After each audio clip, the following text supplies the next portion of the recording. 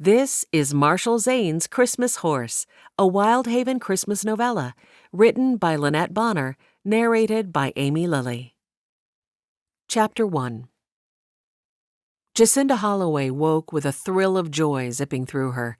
Today was the day she and Ken Davis were set to meet the train and take delivery of the Appaloosa yearling she had ordered for Zane's Christmas gift. It was Zane's day for rounds out to the camps, so she should have plenty of time to make it to the station with Ken and back again. Ken was then going to take the colt to the Rodantes, and early on Christmas morning, Joe would bring it to the house. She could hardly wait to see the look on Zane's face. He'd admired both the dam and the sire when they'd seen them at the ranch while on their wedding tour last spring. And Jacinda just knew he was going to be thrilled with the gift, especially since his own mount was getting up in years. She thrust off the covers and bounced to her feet, hustling into her dressing gown. Mindful that Zane still slumbered on his side of the bed, she strode to the window and parted the curtains just enough to see what the weather was like, but not enough to disturb him. "Oh, my!" She gasped and raised both hands to shove the gap wider. Her shock made her forget Zane's peace for just a moment. "Must have snowed a foot last night." And it was still coming down. She pressed a hand to her throat, heart squeezing. Would so much snow affect the train's schedule? From his side of the bed, Zane grunted and squinted one eye open. "Sorry." Jacinda tugged at the curtains, but too late. Zane was already climbing from beneath the covers. He came to stand behind her, wrapped his arms around her waist, and rested his chin on her shoulder, then reached to push the draperies all the way open. He breathed out a hum of satisfaction. "I love the way a layer of fresh snow cleans up the world, don't you?" Despite her concerns about the train, Jacinda relished the feel of his arms about her. And even if the train was late, it wouldn't be the worst tragedy the town had seen recently. It was good to remind herself of the positive side of things, something she was trying to do more of. She pondered the misfortune that had rocked their little town this week. A prostitute, who Leora Rodante had been ministering to, had run off from the Rodante place, and a tragic accident had befallen her and taken her life. "I guess the town needed the fresh outlook after this week's happenings." He rocked her a little, taking a moment before responding. "Do you think Leora will be okay? I'm sure Ruby's death hit her hard." Jacinda folded her arms around Zane's and tipped her head against his shoulder, reminding herself once more to see the beauty in the snow, even though what she really wanted to do was lift a fist and rail at the heavens. Why this storm, today of all days? Yet there was even something positive out at the Rodante place. Realizing Zane still waited for her response, she said, "Yes, I know she's devastated by Ruby's passing. But I also know that she and Joe have something very exciting to look forward to, and I think that'll help her through the grief." She smiled up at him with a little pump of her brows. Zane's expression filled with excitement. "Really? When? I can't wait to congratulate Joe." "No!" Jacinda spun to face him, gripping the front of his nightshirt. "You can't say a word until they announce it. I don't know if she's told him yet. She hadn't recognized the signs herself until I pointed them out to her yesterday at the wake." He eased comfortably into his heels, drawing her closer. With a languid smile, he searched her face. "All right, I'll keep my trap shut, but it won't be easy with such good news. And it hardly seems fair that I know about it before he does." Jacinda poked him. "It's only unfair if he finds out that you knew before he did." She winked. He chuckled. "Upon my honor, my lips are sealed." "I know they are. Besides," Jacinda smoothed her hands over the wrinkles she'd made by grabbing his shirt, "I could be wrong." "Hang on, let me write this down." Zane stepped to the little leather-bound notebook he kept on the table on his side of the bed. He lifted it and the fountain pen and opened to a blank page. Jacinda frowned. What did he need to write down? He removed the cap of the pen and then started scrawling. "December 7th, in the year of our Lord 1894. He gave each number a bit of a flourish. Jacinda Holloway admitted that she might be wrong. Jacinda gasped and advanced on him, snatching the pen. He laughed and ducked away. She joined his laughter, but plucked his notebook from his fingers and tossed it onto the bed. "You are impossible." His hand settled against the small of her back, and he grinned down at her. "Am I?" "Indeed you are." Beneath the material of his shirt, the muscles of his chest were firm against her palms. Lowering his head, he whispered, "I do believe you could coax the incorrigibility out of me, but it'll take a good amount of time and many a long, persuasive lesson." She felt her face heat in anticipation, even as her gaze dipped to his mouth. "Is that so?" He closed the final distance between them, and his lips swept over hers like gliding silk. "This is a good start to the first lesson, don't you think?" He trailed a few kisses the length of her jaw and back again. "Rule number 1, to prevent incorrigibility, keep busy." She chuckled and closed her eyes against the pleasant temptation of him. And heavens, he was a temptation. But they were both grown adults who had business to attend to. Kin would be here inside half an hour. "Don't you have to go out on rounds?" "Good news." He rumbled distractedly between kisses. "Can't ride to the camps with a foot of fresh snow on the roads." Jacinda jolted. "What? Wait!" She pushed back from him, forking her fingers into her hair and trying to think through the fog his attentions had instigated. He reached for her. "No work, didn't you hear?" She dodged his grasp and snatched up her day dress, taking it behind the privacy screen with her. She peered at Zane above the divider, hoping he wouldn't be too put out with her. "You may not have to work today, but that doesn't mean I can take the day off." Zane frowned and curved one hand around the back of his neck. He seemed to be rehashing all that had just happened, then he lifted his gaze to hers. "Have I upset you somehow?" "No, of course not." "I see," Zane said, but his tone proclaimed that he very much did not see. Jacinda pushed away her guilt and quickly finished buttoning her cuffs. She was going to have to come up with an excuse to be gone from the house for so long this morning, but she didn't want to lie, even for such a worthy cause as a Christmas surprise. And she couldn't just send Kin to the station on his own because she still owed the rancher the final installment of money for the Appaloosa. She needed to pay him at the train station upon acceptance of delivery. Zane grumbled a few words under his breath, then spoke for her benefit. "Well, I suppose I'll just mosey on down to the sheriff's office and see if there's any paperwork that needs done." She heard his gun belt buckle clank, and a moment later his boots strike the floor as he stomped them into place. The hurt in his tone was almost her undoing, but there was nothing for it if she was going to get this horse picked up and paid for. She could give him an explanation on Christmas morning after he saw the magnificent creature. But for right now, she couldn't let him leave without an explanation of her absence in case he came home early from the office. "You should go to the boarding house for lunch. I have some errands that I need to run this morning." Behind the screen, she winced, holding her breath. Would he buy her excuse without questions? "Errands? What kind of errands?" "No, don't offer to come with me." "I could come with you. I don't like the idea of you roaming around in this weather on your own." Jacinda's eyes fell closed. Perfect. Now she had to hurt him even more. "No, no." She bustled into her apron, thankful that the screen hid her from his scrutiny. Her expression would likely give her away. "I had already asked Kin Davis, so he should be here at any moment to ride out with me." Zane frowned. "How come you didn't mention these errands of yours until now?" Jacinda tamped down her irritation. Couldn't the man recognize that it was almost Christmas? She needed to put a stop to all his questions. "Well," she stepped from behind the screen and rushed toward the bedroom door. "I thought you would be riding your rounds, so I planned to get these done while you were away for the day. I'll run down and get breakfast underway." She made her escape, leaving him sliding his arms into his jacket. Hopefully, by the time he came down to eat, he'd have resigned himself to the way of things. Chapter 2. Zane did his best to temper his irritation. Jacinda had run from the room like she was escaping a brush fire. But hang it, a man couldn't be blamed for wanting to spend a little time with his wife on an unexpected day off.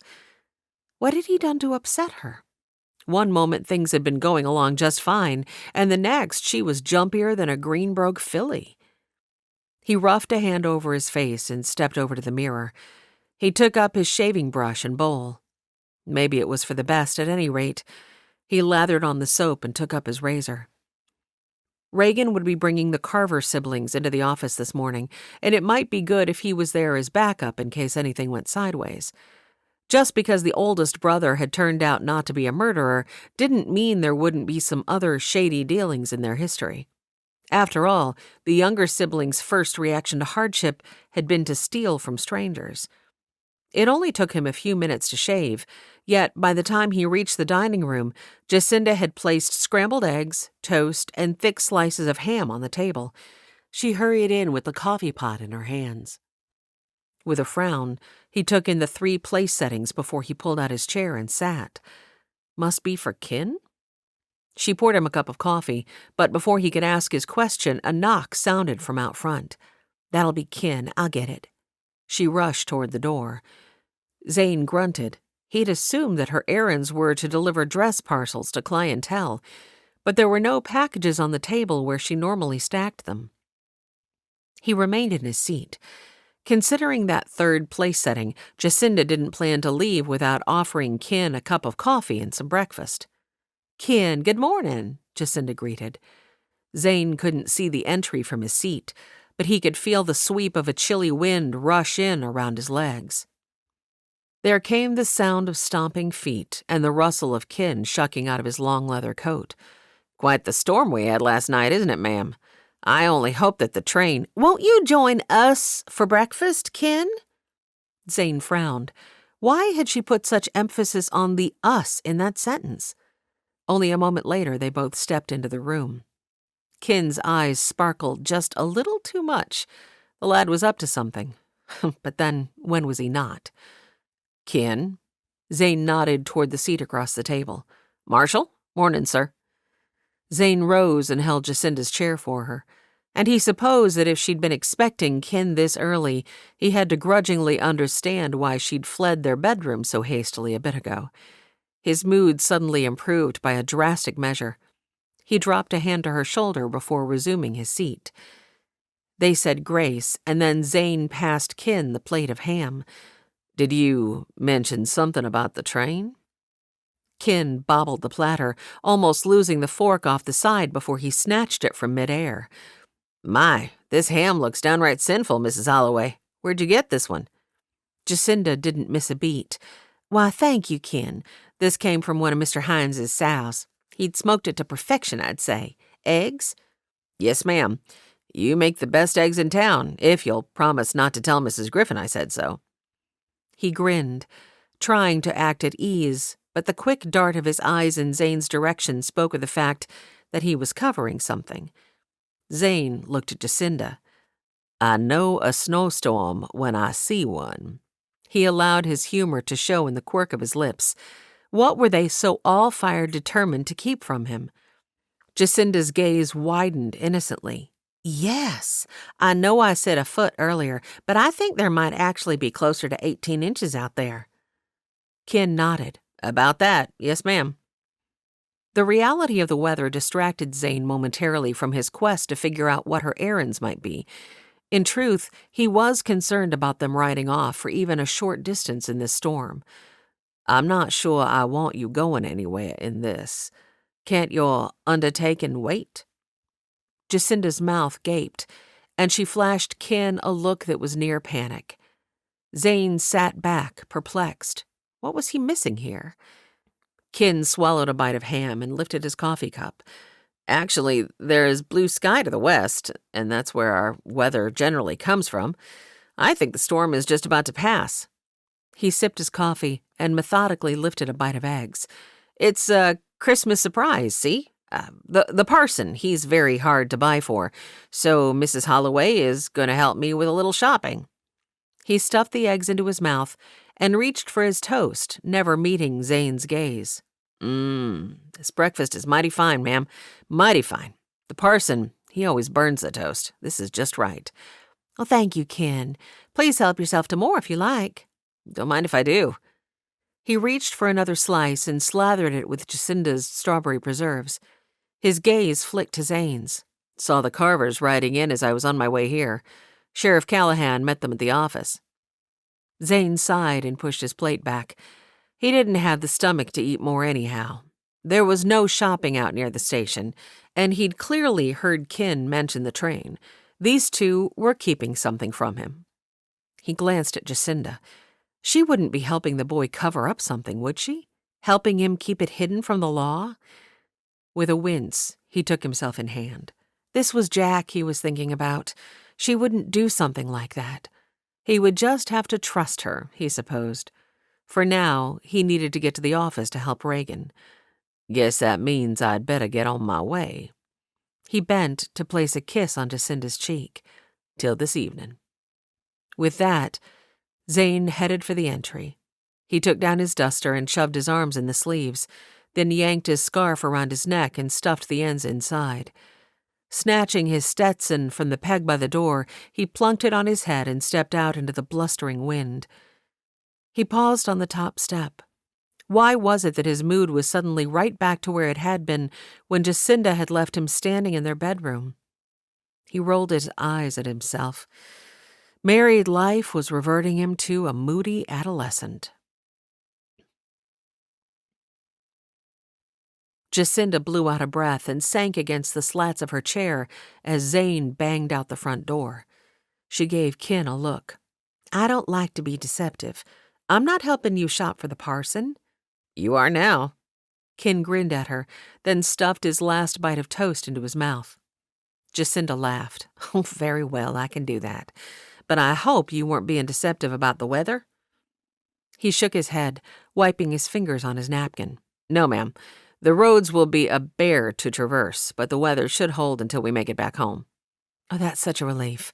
All right. She stood. Give me 5 minutes to clear the table, and then we can be on our way. Ken stood with her. I'll get your horse from the livery. Perfect. I'll be ready when you get back. 15 minutes later, they were on their way out of town, and Ken was proven right. The sun had come out, and all around them the snow sparkled with dazzling diamond dust. The wind that had driven the storm slid cold fingers around her neck, and she tucked her coat a little tighter. Though the snow was mounded higher along the embankments, it was still knee-high to the horses in most places, and the going was hard. They came to a spot where the wind had blown most of the snow clear and paused to let their horses catch their breath. Jacinda tipped back her head and inhaled long and slow of the snow-scrubbed morning air. The sky domed above them, as blue as denim, but when she turned to look back at the receding storm, the clouds were stacked up like black sheep at a trough. Oh my, Ken, look at that, Jacinda pointed. Isn't it beautiful? Imagine the awesomeness of a God who could turn something like that, she waved at the bank of clouds, into this. She swept a gesture to the blue sky and sunshine before them.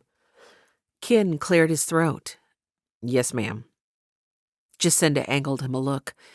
She knew he was still uncertain whether he believed in Jesus, floundering through the process of letting go of his own will and surrendering to God's. She tried to broach the subject with him gently as often as she could, but she decided that today she would let the matter drop. He was a good boy. She only hoped he didn't keep putting off the surrender until he could no longer hear the still small voice of the Lord calling to him. Even though it took them longer than normal to reach the train station, the tracks lay empty when they arrived. They'd beat the train. With a frown, Jacinda glanced at her pendant watch. The train should have been here 5 minutes ago. You know how these things go, Ken said. He stretched a hand for her to precede him up the platform steps. They're not late for at least another 30 minutes. He smiled and motioned to a bench. Shall we? Thank you. His reassurance eased some of Jacinda's tension, but by the time another 45 minutes had gone by and still no train in sight, her anxiety had climbed even higher than before. Several others had been waiting with them, and now, down the platform, a group raised their voices in agitation. Jacinda studied them. One man had just come from inside the station, and he was gesticulating a tale. The others seemed to be upset, but they were too far off for her to make out their exact words. Kin slapped his hands to his knees and stood. "I'll check with the station master to see what's going on." Jacinda couldn't sit another moment or she might just scream. She rose. "I'll come with you. I could use the walk." She followed him through the large double wooden doors into the station. The domed ceiling caused every conversation to echo, and she was glad they'd been sitting outside enjoying the sunlight instead of in this loud chamber, despite the warmth that emanated from the large wood stove along the back wall. They stepped to the end of a long line before the only manned window, and as Jacinda looked around, she noted with growing unease the number of other passengers who paced the area, many of them repeatedly checking the time. Something had happened to the train. She pressed a hand over the crimp in her middle. She had already wired the rancher a princely sum for this horse. She prayed the train hadn't derailed. What if the animal had been killed, not to mention all the people who would have been on board? Ahead of them, a man pounded the counter with the side of his fist. "An avalanche? How we supposed to travel east for Christmas if the trains can't pass through?" The station attendant responded in a voice too low for Jacinda to hear. Wide-eyed, she met Kin's gaze. This can't be. His lips pressed into a grim line. "Let's just wait until we have the full story before we panic." Too late for that.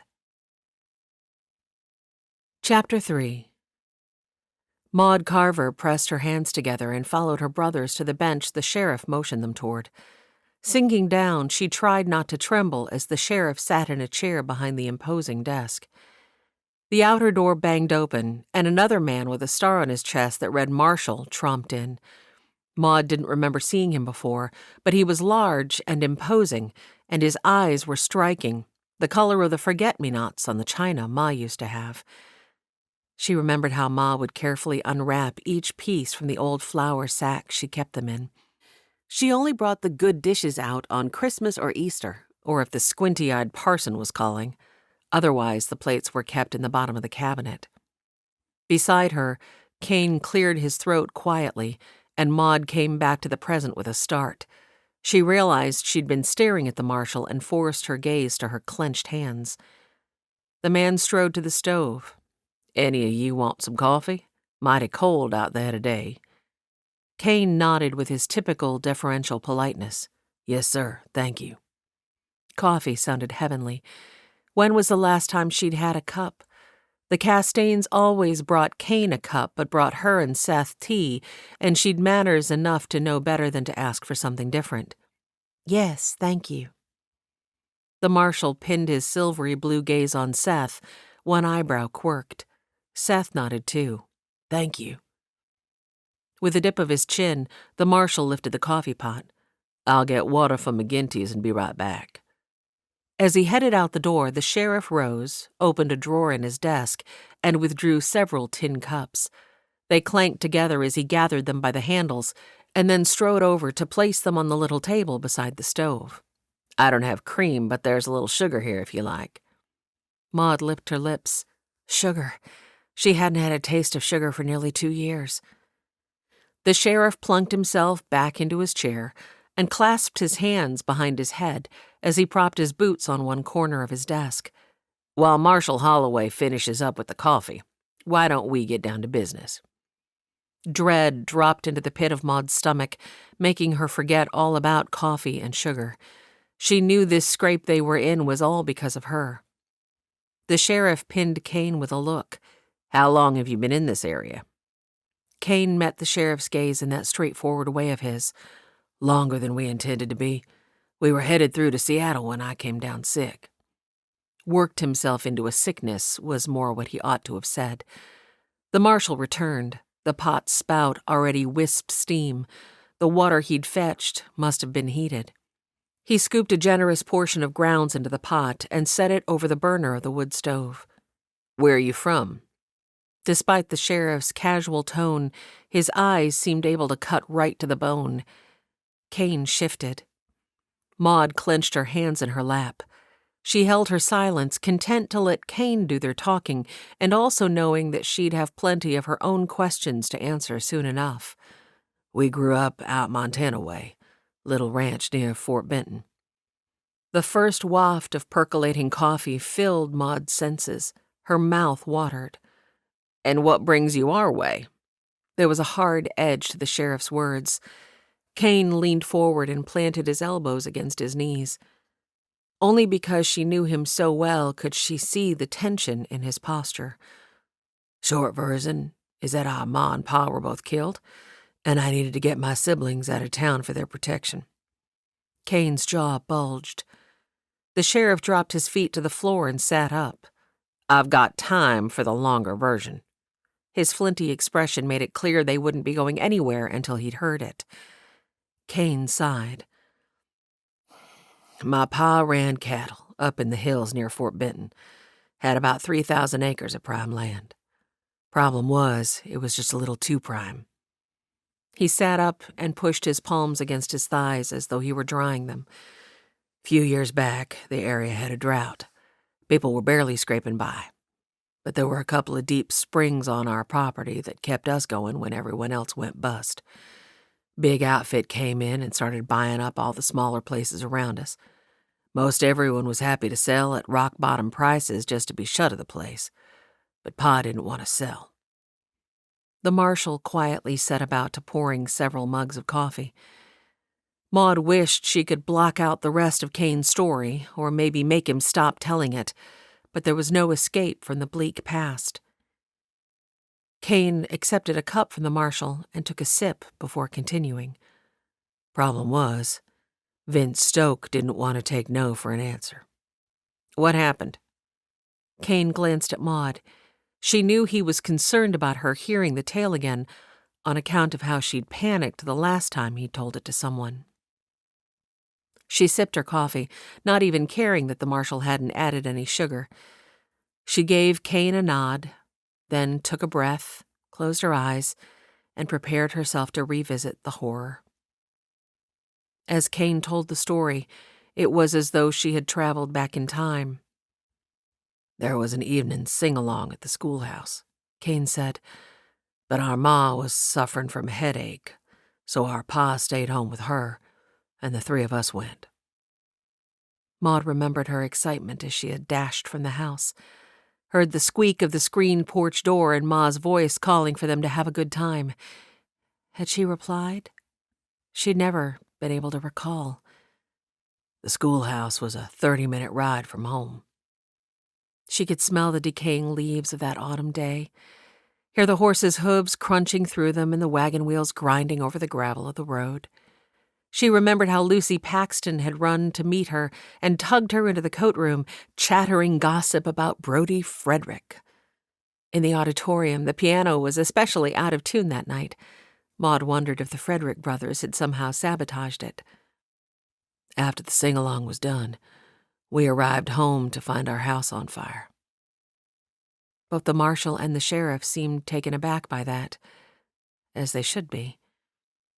Before they had turned the corner to their ranch, she'd been studying the starlit sky, enjoying the jangle of the horses' harnesses.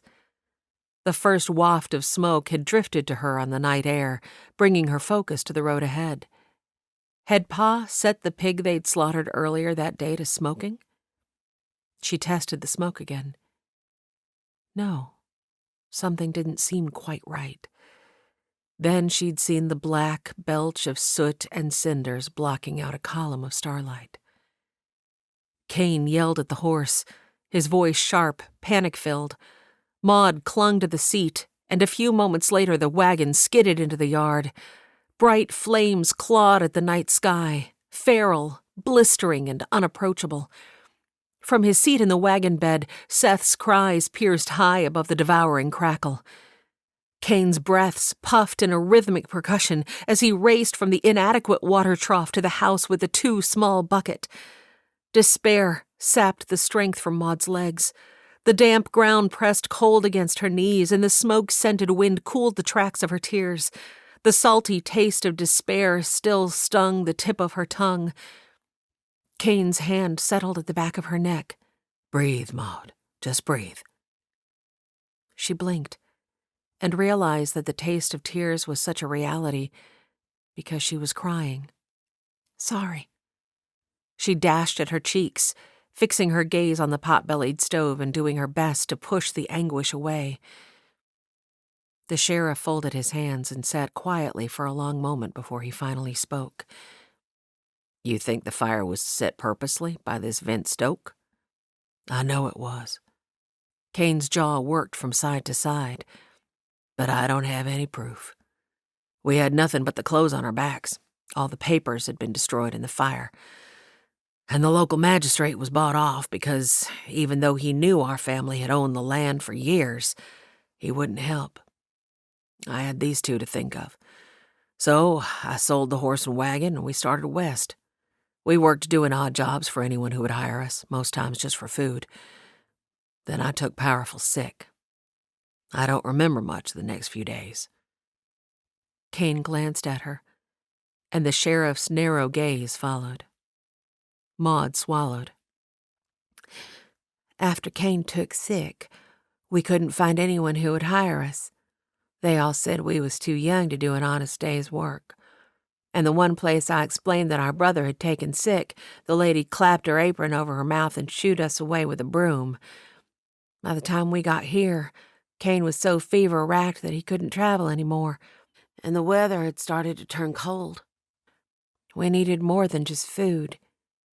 She hesitated, plucking at her skirt as she worked up the courage to keep speaking. "I knew it was wrong." "We knew it was wrong," Seth inserted. Maud nodded. "But we were afraid Kane was dying. In fact, I think he was dying. If it weren't for Mr. Davis helping us find that warm room at the Castains, I don't know what we would have done." The marshal and the sheriff smirked at one another. The marshal said, "Mr. Davis? Well, there's something we haven't heard before." Maud frowned. She didn't like the way their tones disparaged the kind and, handsome man who had helped them. She lifted her chin. "He was downright gentlemanly." The lawmen both composed their features. "Yes, I'm glad he was able to help you find lodging. However, that doesn't negate the fact that I have several people in town who were wronged by your theft." Maud's shoulders slumped. "Yes, sir. I know. We'll be happy to work to make it up to him." "The Castains have said we're welcome to keep renting the room in their barn for $1 a month," Kane said. Maud lifted her gaze. She hadn't even known her brother had spoken to them about that. He continued, "I like it here. Good community. If we can find work, we'd like to stay. And we are happy to pay back more than what was taken from anyone my brother and sister wronged." The sheriff scrubbed a hand over his jaw and met the marshal's gaze. They both nodded at each other. "Well, all right then. I'm satisfied that it was a culmination of bad circumstances that resulted in poor judgment." The sheriff bounced a look between her and Seth. "I hope from now on you'll realize that just because a few people treat you badly doesn't mean everyone will." He stood and stretched his hand, first to Kane, then to Seth, and finally to her. "We're happy to have you join our community. Now, how about we make a list of everyone you took something from and go from there?" Maud released a breath of relief. The magistrate back home likely would have had them pilloried and flogged. This hadn't been nearly as painful as she'd feared it would be. Chapter 4. After they spoke to the attendant and learned that there had indeed been an avalanche on the tracks to the east, Mrs. Holloway slumped morosely onto a bench near the stove. Ken was trying to decide how best to encourage her when he noticed a man wearing a conductor's uniform organizing a group near the station's entrance. "I'll be right back." He jogged through the crowd, hoping he wasn't going to miss what the man was saying. "Heading out in 15 minutes. If you've got a shovel, bring it. Those who don't have one can spell the ones who do from time to time." A man at the back of those gathered raised his hand. "How big was the slide?" The conductor shook his head. "Small enough that the train seemed undamaged, from what the writer who brought the news said, but that's about all we know at this point. If we can, we hope to shovel out the tracks enough that the train can get here. It's not too far down from here." This was good news. He made his way back toward Mrs. Holloway. He could go with the group to help shovel. Hopefully that would ease her mind some. Ken propped his hands on his hips as he waited for a man pushing a large cart piled high with luggage to pass. A thought occurred to him, and he smirked.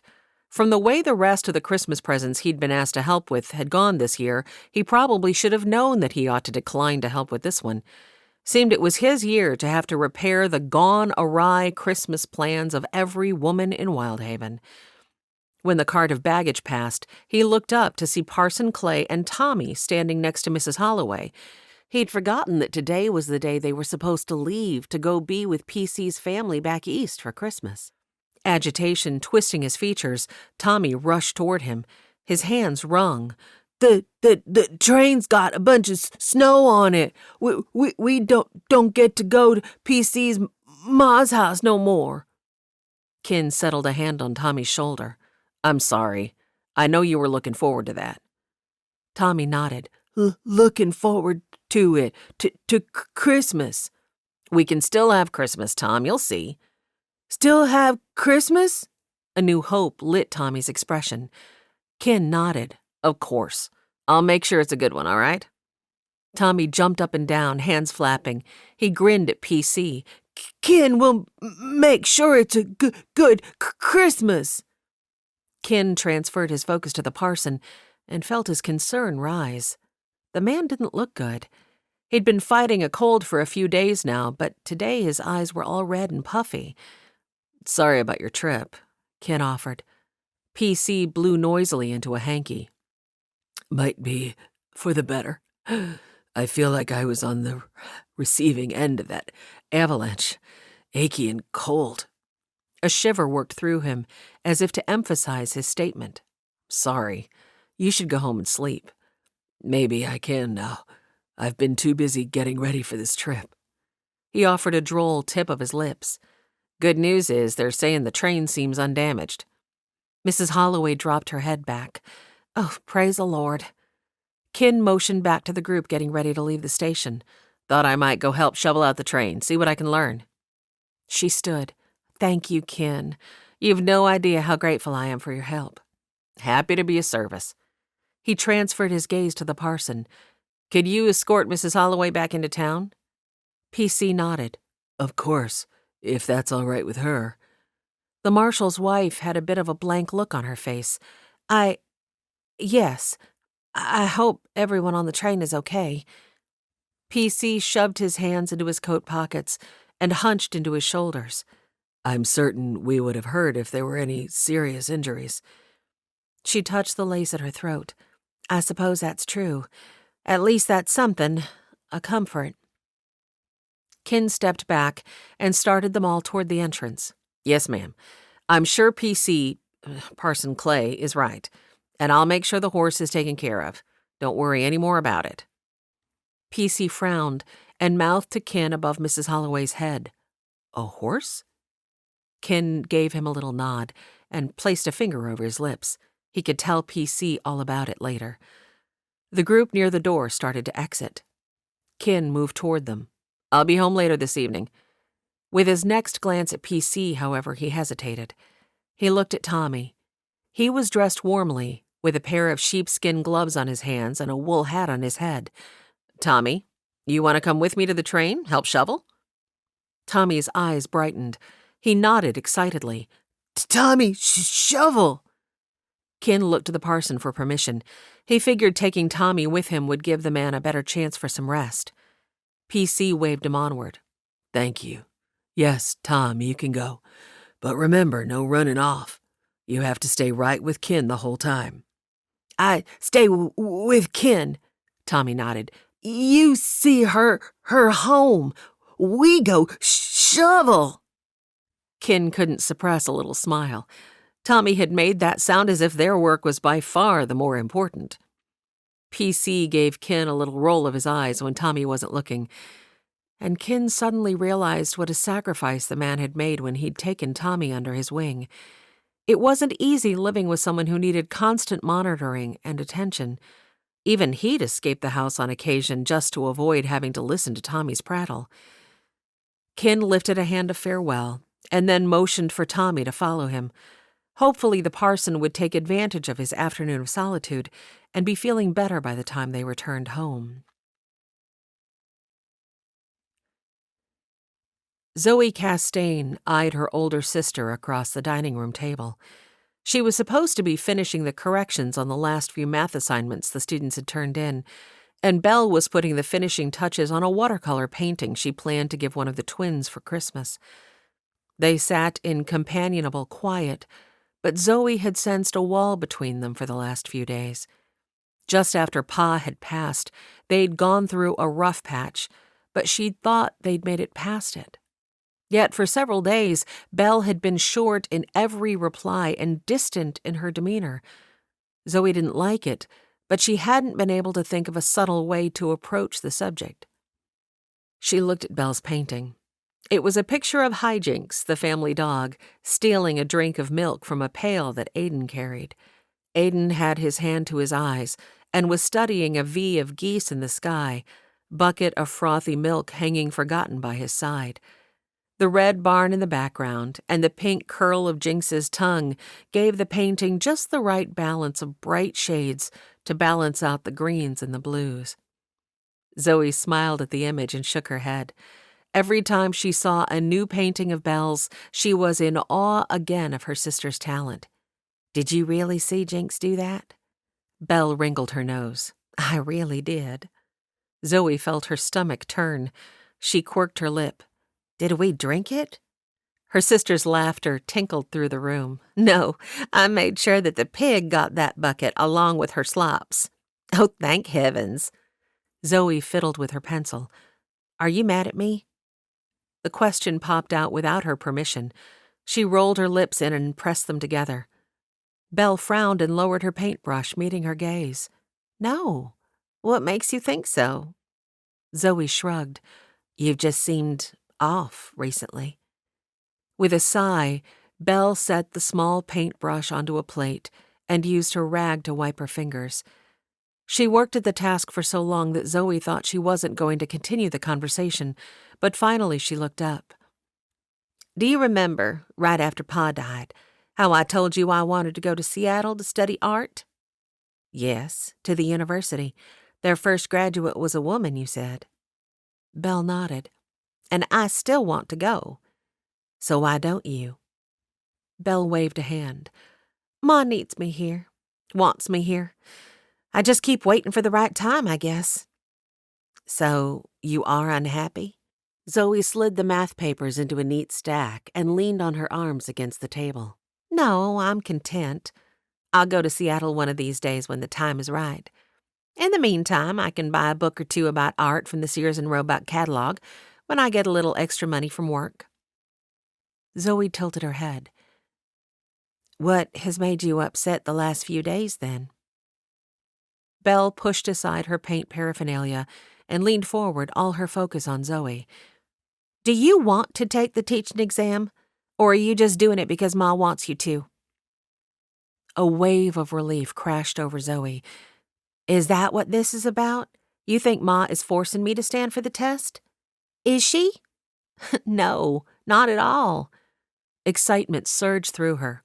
"I am so thrilled and terrified all at once, but Ma didn't make me do this. I can't imagine anything I'd love more than to be a teacher." Belle still looked uncertain. "Okay, good. But you know you can be anything you want to be, right, Zoe? Like anything." Zoe grinned. "I know." Her thoughts trailed to a wistful memory. "When I was little, Pa asked me what I wanted to be when I grew up.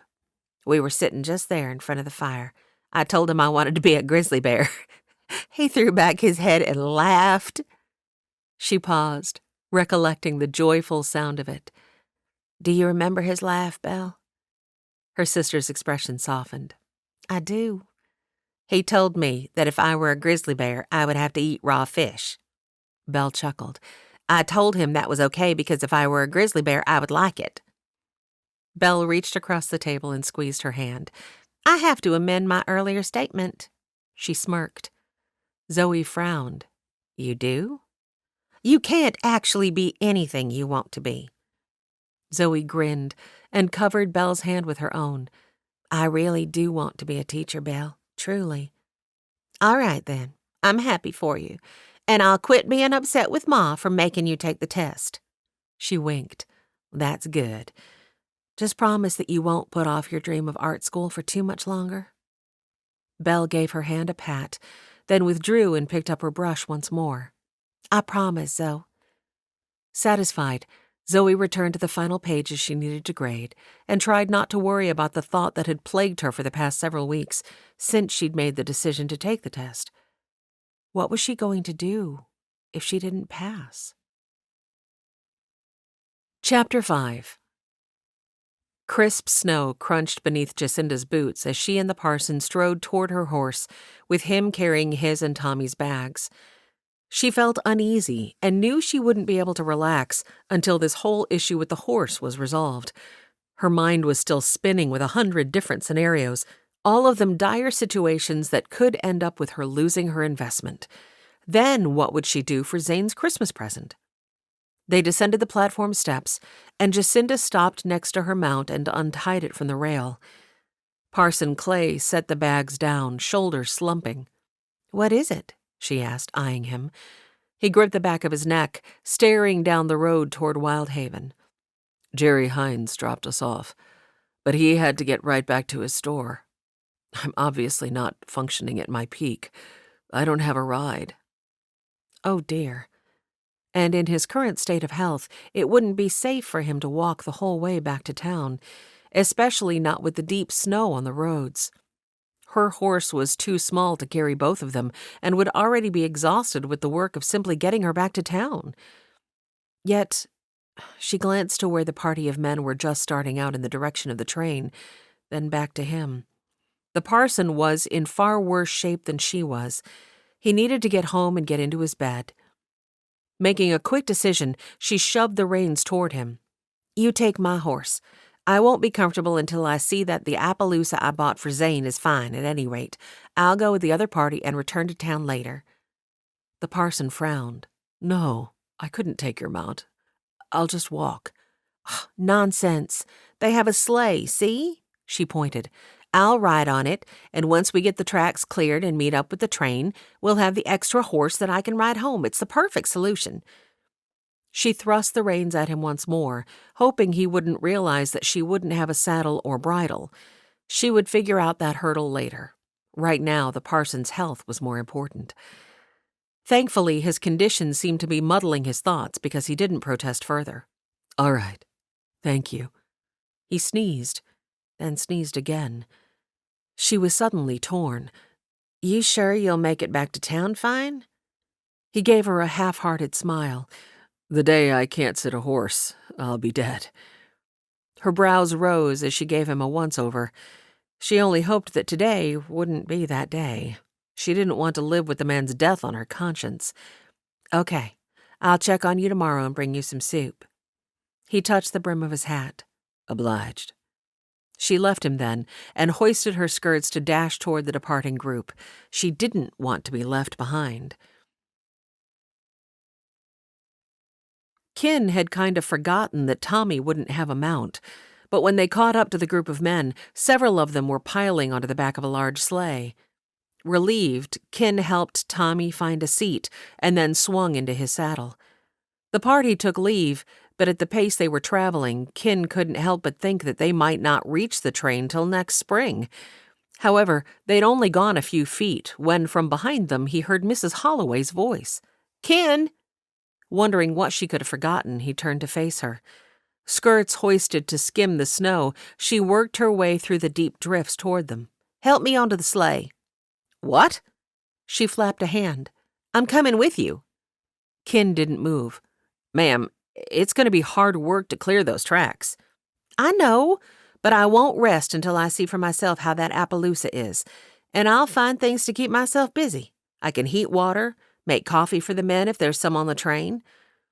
Coffee did sound like a grand idea, but before he could move to dismount, Tommy had already leapt from the sleigh. "You can have my seat." Mrs. Holloway smiled and took Tommy's helping hand. "Thank you, Tommy. There's room enough for both of us there, I believe." Once she was on board, she leaned down to help Tommy back up. Tommy settled onto the seat beside her and grinned at Ken over his shoulder. "PC'd be happy I remembered my manners." Ken gave him a nod. "Yeah, good job, Tom." He tried not to let it grate that Tommy had acted the gentleman before he had. As they started off once more, Ken had another thought. He hoped the Marshal never found out about this little trip, because he would have Ken's hide for letting his wife jaunt off on such a venture. Back at the Castaigne place, Maud paced in the little room in the barn.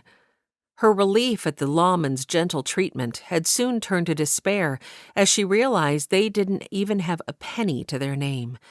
How were they to pay back everyone they'd taken from? Sure, she'd only let them take food, except for the time Seth had taken that tin of money. But food didn't come cheap, especially in the dead of winter, and that tin of money had contained over $7. She stopped and spun to face Kane. "How are we going to get money to pay everyone back?" He shook his head. "I don't know." "It's the middle of winter in logging country, and you're a rancher." "I realize that, Maud." From his stool by the fire, Seth dropped his head into his hands. "We never should have stolen anything. We should have tried again to ask for help." Maud gritted her teeth. Just because she knew he was right didn't mean she had to like having her failure shoved down her throat. Kane was irritatingly calm. "God will provide something for us. You'll see." Maud clenched her teeth and set to pacing again. Kane and his infernal belief in God. Where was God when Ma and Pa were being murdered in their beds and our house burned to the ground? Kane rubbed his hands over his face. "I don't know." She tossed her hand in the air. "That's what I thought. You don't know because he wasn't there, because he doesn't care." "That's not true." Kane shook his head. "It may seem that way sometimes, but if there's one thing I know for a fact, it's that God loves us more than we could ever know. Just look how he sent Ken to you and Seth just when we needed him and this place." He swept a gesture around the room. "The most." "Coincidence." "And was it coincidence that when you broke down and decided to start stealing, it was in the territory of lawmen who are fair and just and understanding?" She turned her back on him without reply. They could play this game all day, going rounds with each other about whether God really existed and loved humankind.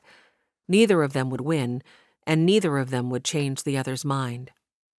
"We're coming up on Christmas." Kane apparently wasn't ready to let this round of the fight go. "That's what the celebration is all about. The fact that God loved us so much that he sent his son to be born. Out of his love for us, he chose to come, knowing he would eventually be required to give his perfect life on our behalf." Maud didn't reply. Maybe she was too focused on the fact that they would have to come up with so much money to enjoy their philosophical debate. The list they'd made at the sheriff's office had been quite substantial when all was said and done. "Tell you what." Kane was still talking. "We are going to pray right now." He stretched one hand toward Seth and the other toward her. "Come on." He waggled his fingers. "If you don't believe in God, it can't hurt any to talk to him, right? We'll pray, and we'll ask for help in paying all this back. And you'll see, he's going to answer. It's going to be great." Maud rolled her eyes, but she knew he would just pester her until she agreed, so she stepped over and took his hand. Seth completed the circle, and she swallowed down the lump that bulged in her throat. This was so reminiscent of the way Ma and Pa had them end each day back home on the ranch, and look what good that had done them. Kane's voice was a low rumble when he spoke. "Father in heaven, I know that you see this predicament we find ourselves in.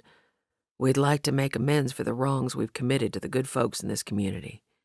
You know this time of year it won't be easy to find work. Please, we ask that you provide a way. Amen." "Amen," Seth agreed. Maud only clamped her teeth together and stepped over to look out the window at the late afternoon sun. If Seth and Cain were relying on God to do something about their situation, she feared they were going to be stuck in Wyldhaven for a very long time.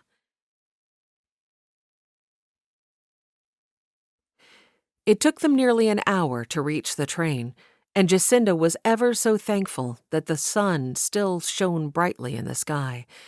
This whole situation would be so much worse if the weather was gloomy. The train tracks, though covered with enough snow for the sleigh to ride on them, were clear enough that the train could make it through without issue, since the cowcatcher would simply plow the snow off to the sides. But a little less than a quarter of a mile from the train, they came upon the scene of the snowslide. A great section had sloughed down the mountainside, but thankfully most of it had not reached the rails. Only a length of track about 100 yards long was covered in deep snow that would need to be shoveled. Still, it was a lot of snow to move. She was thankful so many men were with them.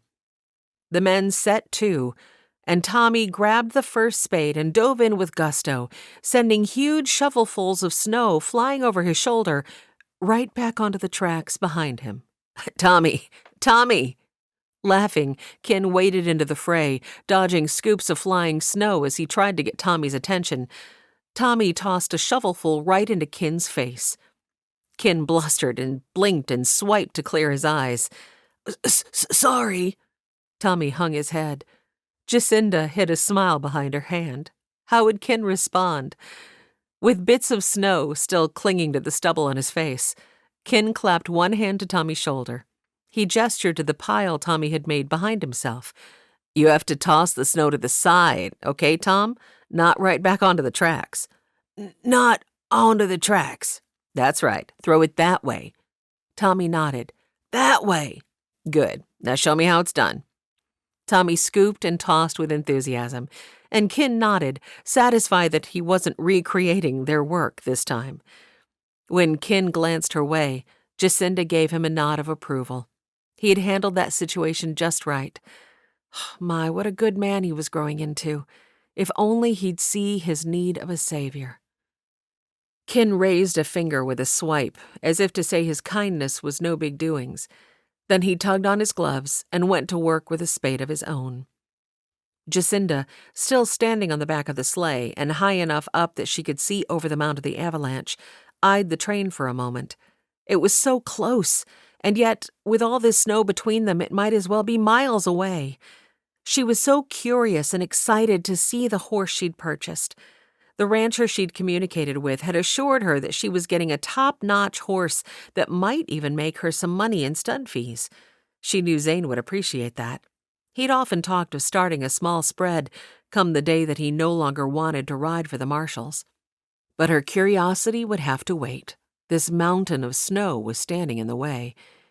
With a sigh, she jumped down from the sleigh and went in search of some wood. Despite the hard labor that would keep them warm, the men who didn't have shovels would appreciate a fire to stand next to between shifts of digging. She had just cleared a spot large enough for a fire and found an armful of sage that should burn fine once they got it started, when she heard a piercing whinny and then a man's yell. She jolted, eyes widening. "Shut that slider! Are you crazy? That devil will bolt!" Every muscle tense, she straightened and looked toward the sound. A flash of gray and white bounded from one of the cars and floundered through the snowy field next to the tracks. "No!" she gasped. Zane's horse was on the loose. Chapter 6. Ken heard Mrs. Holloway's sharp inhale and looked up just in time to see her toss down an armful of wood and wade onto the mound of snow. But there must have been 5 feet piled up in places here along the tracks. It was only a moment before she floundered to a stop as one of her legs sank through the top layer of icy crust. Ken rushed to her side and took her arm. "Come back, Mrs. Holloway." "If it puts its hoof into a hole in that field, it could break a leg and need to be put down before I have even taken possession of it." There was an edge of panic in her tone. Ken tugged for her to come down. "Look, they've caught him." He pointed to where several men had surrounded the Appaloosa, which hadn't gotten very far due to the deep snow along the side of the tracks. The horse whinnied and pawed the air, but settled a little when a lasso cinched around its neck. Mrs. Holloway gripped the bridge of her nose and took a deep breath. Ken, if I ever tell you again that I'm thinking of buying a horse for a Christmas gift, will you please remind me what a terrible idea that is? He smiled at her. We'll be through this in under an hour, and then you'll see for yourself that this is going to be worth it. That horse looks to be a fine creature, ma'am, from what I saw of him just now. A fine creature. Well, I hope so. Her eyes widened a little. He looked somewhat wild, don't you think? Indeed. Probably only green broke. But he didn't want to add to her discomfiture, so all he said was, a horse with some life to him, yes, ma'am, but those are the best kind. With all the men pitching in, Ken's estimate of under an hour was just about right. Tommy wanted to throw the last shovelful, and everyone cheered him on as he did so. He grinned and thrust his fists into the air as if he'd just won an exhausting race. Jacinda couldn't help but chuckle. The boy's personality had flourished since Parson Clay had taken him under his wing and brought him to live in Wyldhaven. She hadn't been able to find a pot to heat water. Neither had she been able to reach the train to see if they had one or some coffee. Nevertheless, the men had appreciated the warmth of the fire. However, they had been out of fuel for the past several minutes, and all that remained were a few coals. Since their job had come to an end, one of the men swept a clump of snow onto the coals with the side of his boot, and the heat disappeared with a sizzle. The engineer had come around to shake everyone's hands and thank them for helping clear the way. He had also offered that they could all ride back to the station in one of the cars. The man whose sleigh they'd ridden on had left a few minutes earlier, and now the rest of them piled into the Pullman. Jacinda hadn't realized how chilled she'd become. She rubbed her hands together in appreciation of the heated car as she admired the gorgeously appointed interior. Large overhead bins, where luggage could be stored, were covered by glossy redwood doors with intricate gold detailing. These were offset to perfection by the muted green ceiling. A carpet the color of forested hills lay plush beneath her feet, and padded benches, clustered in groupings of two facing each other, stretched the length of the car on either side of the aisle. Oh my, this is beautiful. She ran her hand over the floral and fleur-de-lis pattern in the fabric of one of the bench seats. Beside her, Ken studied the car, a bit wide-eyed. He nodded. Yes, ma'am. I almost hate to sit on one of those. Well, you'd better sit, because none of the rest of us can get by you, a man behind them groused good-naturedly. Jacinda and Ken hurried to clear the aisle. Even with the snow on the tracks, it only took the train half an hour to reach the station. And it was only in that moment that she realized she still hadn't seen the horse, other than at a distance. Ken looked at her with a grin. You ready to go meet this wild beast? She swallowed. I'm afraid you might be right. What if it is still wild? I can't give Zane a horse that can't be ridden as a Christmas present. Ken nudged her. We'll never know until we go see it for ourselves. Jacinda took a breath. He was right. It was time to go see this horse that she'd purchased sight unseen. Why ever had she thought that was a good idea? Ken stepped from the Pullman car and reached a hand to help Mrs. Holloway out. That compartment was sure something fancy. He couldn't recall ever seeing anything like it before. Was that what everything would be like in Seattle? He still hadn't worked up the courage to tell the parson that he planned to leave, was itching to leave if the truth were known. He loved the people of Wyldhaven, but he wanted something more exciting in his life than the small, mundane town offered. Wanted to be something more than a handyman or a logger or a parson. He shuddered at that thought. Mrs. Holloway pressed her hands together. His letter told me he would meet me with the colt out front where the wagon lot is. Ken suppressed a sigh. This day certainly had been a lot of fuss about a Christmas present. But thankfully it was almost over, and he'd be able to go back to Wyldhaven and maybe swing by McGinty's for a drink. No. He pushed the thought away. PC was sick and needed him to take care of Tommy. Tommy? The thought had him turning back toward the car, only to bump into his charge. Whoa, Ken! Right here! I's right here! Ken socked Tommy in the arm. Good job, Tom. Way to remember to stick with me. He and the parson had lost Tommy a time or two at the very beginning, when PC had first taken over as his guardian, and Kin hadn't liked that feeling in the least. But it looked like Tommy might finally be learning his lesson about staying close. "Want to go see the horse?" Kin asked, leading the way. Tommy's boots clomped down the platform behind him. "Tommy, not sure about that horse. Looks wild." "Oh, dear." Mrs. Holloway settled one hand over her stomach like she might be feeling sick.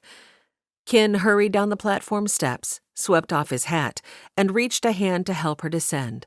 "Don't worry, ma'am. I'm sure the horse was simply tired of being cooped up. He's probably as gentle as a kitten." He smirked as an idea came to him.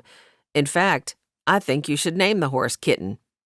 He'd love to see the Marshal riding around town on a horse so named. Mrs. Holloway gave him a look. "I'm not certain the Marshal would go for that." Disappointment seeped in. "No, ma'am, likely not." They heard the horse before they could see it. A large covered wagon stood in the lot, and from behind it they heard a couple of shouts. "Get him! Hold that rope! Hang it, you devil of a beast!" Mrs. Holloway's eyes widened. "I hope that's not them revealing the true name of this creature." He took her elbow and urged her forward. "Let's get the lay of it. But if your deal was for a mount ready to ride, then don't be afraid to do a little negotiating." As if by mutual agreement, they both froze at the end of the wagon.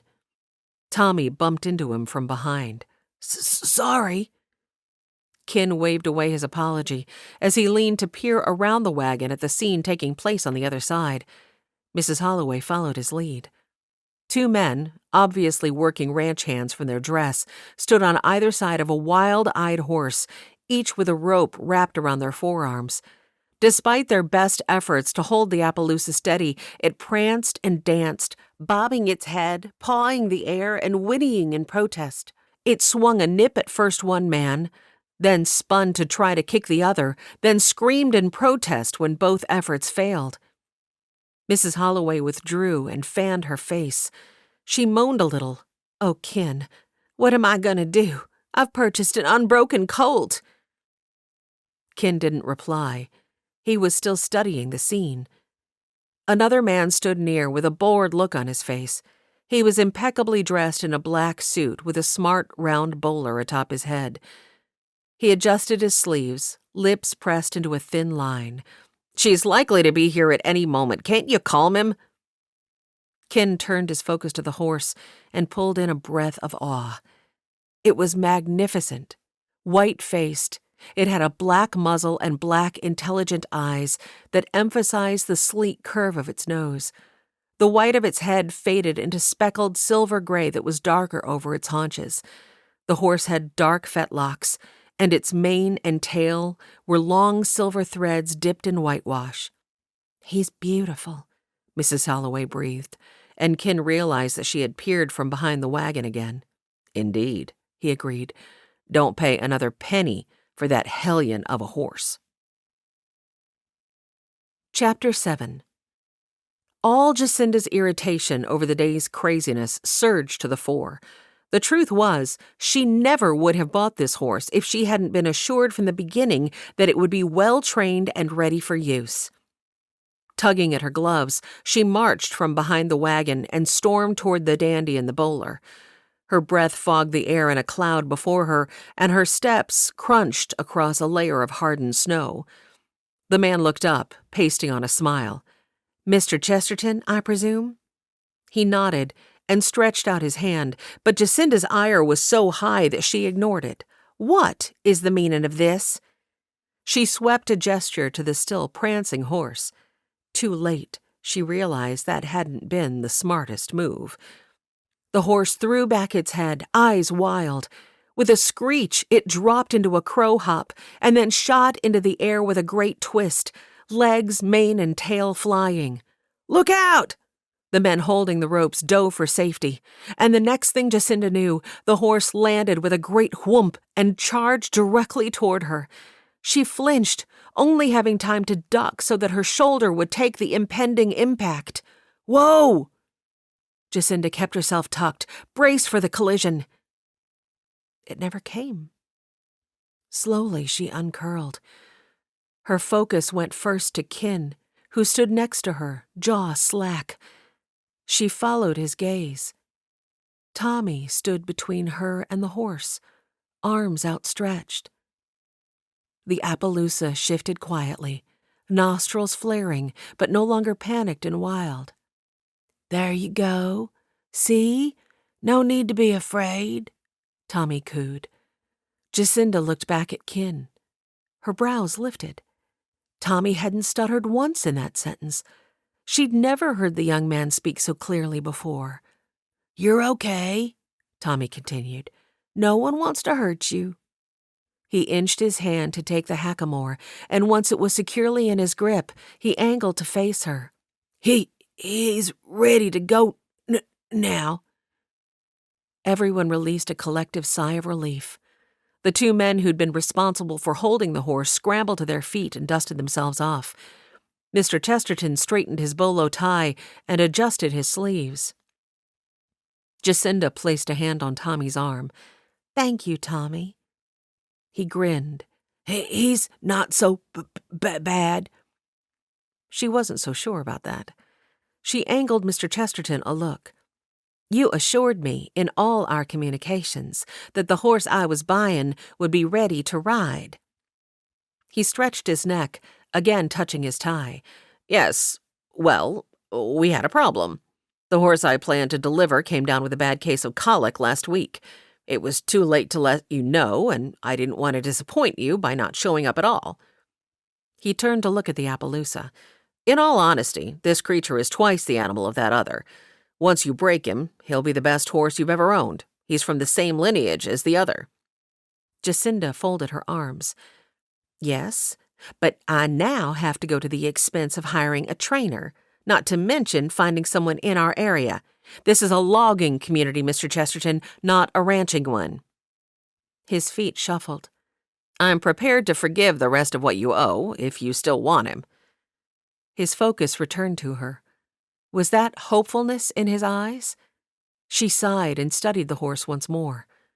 It thrust its black muzzle into Tommy's hand and whickered softly. What was it about the simple-minded young man that had calmed the creature? Whatever it was, she never would have guessed this to be the same horse as she'd seen only moments earlier. Maybe there was hope for it after all. She looked at Kin. "What do you think?" He twisted his hat through his fingers and walked around the animal, studying it from all sides. Then he motioned to Tommy. "Open its mouth, Tom. I want to see its teeth." Tommy pried the horse's lips back, and it gave no protest. Kin came to stand by her. He shrugged. "It's a beautiful horse. And I heard Kane Carver mention that his pa was a rancher. Could be he could help with the breaking of it. Joe and Leora's place isn't too far from the Castaigne place where he's staying. He's got 3 weeks between now and Christmas, and I know they could use the money. Might be worth asking at any rate." Jacinda checked her timepiece. "Too late to get out there today. I suppose I could come up with a reason to visit the Castaigne place tomorrow, but—" Her gaze lifted to the sky. "It looks like another storm might be blowing in this evening." Kin rubbed a hand along his jaw. "I have to deliver the horse to the Redantes anyhow. Wouldn't be anything for me to swim by the Castaigne place and ask him. I could come by tomorrow and let you know what he says." Relief swept in. Maybe she would be able to salvage this Christmas present for Zane after all. "That's a great idea, Kin. I can pay him with the money I'm saving on the purchase price." He nodded. "Yes, ma'am." Jacinda held her hand toward Mr. Chesterton. "I'll take him." "Oh, heaven be praised," one of the ranch hands mumbled under his breath. Jacinda's doubts resurged, but Mr. Chesterton grabbed her hand before she could withdraw it. The deal was sealed. "You won't be sorry, Mrs. Holloway. You won't be sorry." Jacinda only hoped he wasn't lying. After the Carver siblings left the sheriff's office, Zane caught up on all his paperwork and made several rounds of the town, but it was clear that the weather had kept any troublemakers at home today, and since his horse wouldn't make it out to the camps and back, he returned home. The house was cold and dark. The breakfast dishes, though washed, remained on the drain board, something very unlike Jacinda, who was meticulous about the way her kitchen looked. He stood quietly for a moment, hands on his hips, staring at the dark floor. Surely her errands hadn't taken this long. Shopping for the parson's Christmas present, Ken had said. But they'd also mentioned the train. Where would she be? He strode to the back door and yanked it open, checking the sky to the west. A small bank of dark clouds hung on the horizon. Another storm was on its way. He closed the door and banged through the process of making a fire and putting on a pot of coffee. Then he dug through the icebox and took out the pan with yesterday's stew and plunked it onto the stove. It hadn't been so long from his bachelor days that he'd forgotten how to make biscuits, so he whacked together a batch and thrust them in the oven. Jacinda still wasn't home by the time the meal was ready. His irritation melted into concern. Why hadn't he asked more questions this morning? What if something had happened to her? He didn't even know where she and Ken had gone. And with his horse's age, even if he did know where they were, he might not be able to ride after them. No matter. He would rent a horse from Bill at the livery. Maybe he would know where she and Ken had gone off to. Leaving the food on the table, he strode toward the front door. Chapter 8. Ken was amazed at how the horse calmly followed Tommy down the path to the Redante place. Clouds had been sweeping in from the west all afternoon, and the evening had settled into a gray gloom. But thankfully, the winds were mild. After dropping Mrs. Holloway off on the outskirts of town, he and Tommy had traded off riding his mount and leading the Appaloosa back to the Redante place. At first, he'd been concerned that the horse wouldn't respond to him with Tommy riding, but the horse seemed content to simply have Tommy near. Tommy had taken over leading it about 5 minutes back. Every once in a while, he would coo something nonsensical to the Appaloosa, and it would whicker at him as though they might be carrying on a conversation. Ken shook his head. He'd never seen the like. But if there was one thing he'd learned in the months that Tommy had lived with him in PC, it was that the boy was very special. He was talented in ways most would discount at first glance. It shamed Ken to think that a few years ago he might have treated someone like Tommy dismissively. They crested the hill just before the Redante place, and Deputy Joe was just coming out of his barn. Seeing them, he paused. His expression brightened. "Is that the new horse for Zane?" He released a whistle. "It's a beauty." Ken eyed the horse, half expecting it to bolt at the whistle, but it continued to step softly in Tommy's wake, ears pricked in curiosity of its surroundings. "It spooks fairly easy, but Tommy seems to have a calming effect on him." As he spoke, Ken swung down, let his mount drink from the trough, and then looped his reins over the top corral pole. Turns out this isn't the horse they'd planned to sell her.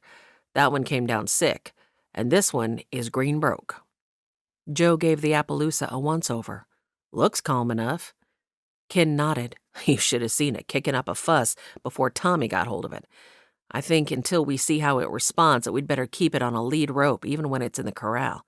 I saw it jump from a standing position up into a train car, so I don't think that fence is going to stop it." Joe nodded. "All right. When I have it outdoors, I'll be sure to put a lead on it." Ken nodded. "I'm going to the Castains right now to speak to that new man, Carver, about breaking it. Be all right if he agrees if he comes here to do the work?" Joe shrugged. "Don't see why not. Plenty of room here in the corral." Ken dipped his chin in agreement. "I'll tell him." He motioned for Tommy to hand the hackamore to Joe. "We'd better be going, Tommy. We still have one stop to make, and then we need to go check on PC." Tommy hung his head, reluctant to give up the rope. "You can come see him again. I'll bring you myself." Tommy looked up with a hopeful expression. "Tonight?" Ken and Joe chuckled. Ken shook his head. "Not tonight. We have to go home and get you warm. But I'll bring you back before the week is out." Tommy's shoulders slumped, but he did hand off the rope to Joe this time. Okay." Joe dropped a hand onto Tommy's shoulder. "See you later in the week, partner." Tommy nodded, but his wistful gaze was still fastened on the horse. Ken grinned and patted the saddle. "Come on, it's your turn to ride." They'd get to the Castain place faster with Tommy in the saddle. He lifted a hand of farewell to Joe and started them down the trail. Since the path to the Castains was under the overhang of trees for most of the way, which had kept it clear of snow, the trip didn't take them much longer than normal, and the sun was still hanging above the horizon when they arrived. Zoe stepped out onto the porch, wiping her hands on a towel. "Hi, Ken." "Hi, Tommy." Ken looked up. He wished she'd put as much enthusiasm into greeting him as she had into greeting Tommy. He'd bet if Wash were here, she'd hail him with a little more excitement in her voice. Realizing how bitter the thought was, he brushed it aside. He could hardly complain when he'd never really tried to woo her, now could he? He pressed his hat over his heart and gave her his most fetching grin. "You are looking pretty as a picture today, Zoe." She blushed and looked down. "Thank you." From behind her, Zoe's ma cleared her throat loudly. She stood in the shadow of the doorway and he hadn't even noticed her there. "What can we do for you, Ken?" There was a little bit of vinegar in her tone. Right. Best he quit thinking about wooing the fair Zoe and concentrate on business. "I'm here to speak to Kane Carver if he's around." Mrs. Castaigne nodded. "He's in their room in the barn there." She pointed. "Go on and talk to him." With a little bow, Ken backed toward the barn. "Yes'm. Thank you." As he continued to mosey backward, he let his gaze linger on Zoe. She certainly was mighty easy on the eyes. His heel banged into something, and he suddenly found himself flailing his arms like a windmill to avoid sitting in the Castaigne's watering trough. Zoe giggled, and then her ma's arm snaked out the door and yanked her inside. When Ken finally regained his balance, Tommy looked at him, head shaking. "You should watch where you're going." Ken chuckled. "That I should, Tom. That I should." When he knocked on the door at the far end of the barn, Seth Carver opened it and then stepped back to invite him in. All three of the Carvers were there. And speaking of gals who were easy on the eyes, Maud was something to behold. Her hair had tints of red, but was nearly as dark as coal. The color fascinated him. It brought to mind the darkest hues of sand plum tree leaves in autumn. As petite as she was, when he'd first seen her out on the road, he'd taken her for a girl just in her teens. But now that she was wearing clean clothes and had enjoyed a few days of rest and food, her color was healthier and her eyes a little brighter. He now realized she was older than he'd first thought. Kane glanced from Ken to Maud and back again with a little frown on his face. "How can we help you?" Ken motioned for Tommy to step all the way inside so they could shut the door against the cold. He reminded himself once more that he was here on business. "I'm actually hoping you can help me." For some reason, Kane gave his sister a smile that had the essence of an "I told you so." "Oh, yeah? You know anything about breaking horses?" Maud gasped. Face paling, she sank onto the edge of the room's only bed. Ken frowned. "You all right? Did I say something wrong?" She shook her head. "No." Her voice was thin. Kane was grinning from ear to ear when Ken looked back at him. "I must be missing something." Kane looked ready to dance a jig. "You believe in the power of prayer, Ken?" Taken aback, Ken bounced a glance between the brother and sister. "Can't say for certain." Kane still looked as excited as a kid on Christmas morning. "Well, I do, and not an hour ago we stood right here and prayed that the Lord would provide work for us. Can you guess what I did on my father's ranch for all my growing-up years?" Ken felt a prickle along the back of his neck. "Bronco busting?" "That's right." Kane swooped down on his sister, wrapped her in a big bear hug, and swung her in a circle. "What do you think about the Lord's answer in prayer now, little sister, huh?" "Kane, put me down." Face red, Maud beat against her brother's shoulders. "Nope, not until you admit it. This is a blatant answer to prayer. He didn't even know that's what I did." Maud threw back her head in exasperation. "Fine. I'm willing to concede this might be more than coincidence." "Indeed." Kane set her down and stretched a hand toward Ken. "I'll take the job." Somewhat befuddled, Ken shook. "But I haven't even told you what it pays yet." Kane shook his head. "Don't matter. If the Lord sent the job, I'm willing to do it." Ken gave him the details of the job, and as he and Tommy left, he was still pondering the man's crazy reaction to such a simple thing. I like him, Tommy proclaimed, and then broke out into his characteristic, tuneless whistling. And as Ken trailed in his wake toward the parsonage, he couldn't help but feel the same. Zane was in the entry, reaching for his coat, when the door opened and Jacinda bustled in. "Oh!" She gave a little jolt. "You startled me." With a chuckle, she laid a hand over her chest. And then she breezed into the house as if it were the most natural thing in the world for her to be hours late returning home. All of this was so uncharacteristic of her. Oh, that stew smells divine. Thank you for heating it up. I'm sorry I wasn't back sooner." She bustled to the cupboard and took down crockery, scooped some silverware from the drawer, and had the table set almost before his heart had settled into a calmer beat. "Oh, and biscuits. Goodness!" She sidled toward him and looped her arms behind his neck.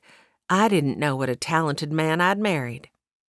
He thinned his lips and narrowed his eyes. I was getting worried about you. I'm sorry. There was an avalanche that blocked the train. She bit her lip as though she hadn't meant to let that slip. Surely you weren't dealing with the parson's present this whole time. And what was Ken buying that had to do with the train? You mentioned it this morning, too. Listen, I don't like to see this interrogating expression, Marshal. You get that certain expression, I am not one of your outlaws. She offered a pretty pout that was deliberately exaggerated. He couldn't help but smile. And what does my interrogating expression look like? She touched his forehead. You get a little pucker between your eyes right here, and here. She touched the outer corner of his eye. The skin wrinkles up just a smidge. Then your lips purse ever so slightly. It's really quite intimidating. He supposed he was going to have to let this go. It wasn't like he didn't trust her. It just grated on him to have her keeping secrets. She huffed and tilted her head. You do realize that Christmas is almost upon us, don't you, Marshal? Ah. And just like that, everything fell into place. So whatever came on the train had nothing to do with Ken and the parson, but with you and me.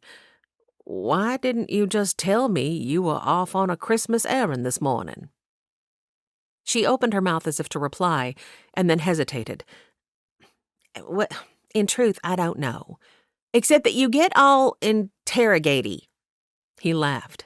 Do I? I rest my case, she said dryly, then smiled. I should have told you. I apologize. He grinned, but he still had questions. So where was this avalanche? And did you leave Ken buried beneath it? He winked. No, Ken is with Tommy. Oh, which reminds me, the parson and Tommy couldn't catch their train to the east today because of the avalanche. They're now supposed to catch one next week, but the parson did not look well. Not at all. I need to go check on him in the morning. I can go over there after dinner with some stew. She gave his chest a little bump. That's a very good idea. So, am I forgiven for keeping secrets? He grinned. Did you get me something good? To his surprise, she blew out an uncertain breath. I hope it'll turn out that way, yes. He threw back his head on a laugh, enjoying the feel of her small waist in his hands. Now you have me curious for sure. She tapped his nose. Well, I'm not saying another word. Let's eat. Deciding to quit teasing her, he pulled out her chair and held it for her, then took his own seat across from her. And after they'd said grace, he was dismayed to learn that he'd obviously forgotten quite a bit about how to make a decent biscuit. But he had a wife who loved him enough to ride out into a bitterly cold winter day to procure him a present. He would happily eat dry biscuits every day to keep things just the way they were. This has been an unabridged production of Marshal Zane's Christmas Horse by Lynnette Bonner. Copyright 2019 by Lynnette Bonner. Read by Amy Lilly. Directed and engineered by Adam Hassel at the Oasis Audio Studios. If you've enjoyed this audio production, please look for Washington Nolan's Christmas Watch, Story 9 in the Wyldhaven series. It can be found on Amazon, iTunes, and Audible.